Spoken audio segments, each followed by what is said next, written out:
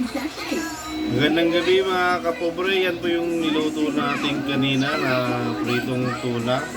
Nabili ko lang po ng 100. Salamat po sa Diyos. Naka-budget po kami ngayon ng tipid. Yan po, nagano rin po kami ng lakim eh.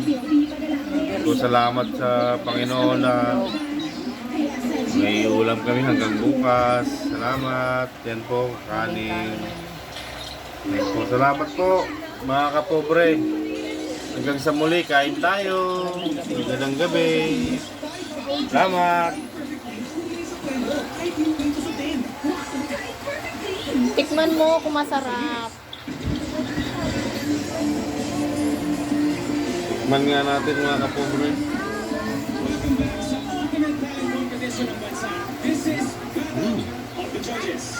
Tama lang.